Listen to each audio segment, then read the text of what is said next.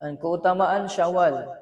Yang kedua, firman Allah Subhanahu wa taala dalam surah Al-Baqarah 183, ayyaman ma'dudat faman kana minkum maridan aw ala safarin fa'iddatun min ayyamin ukhra wa 'alal ladzina yutiqunahu fidyatun ta'amu miskin faman tatawwa'a khairan fahuwa khairul lah wa an tasumu khairul lakum in kuntum ta'lamun.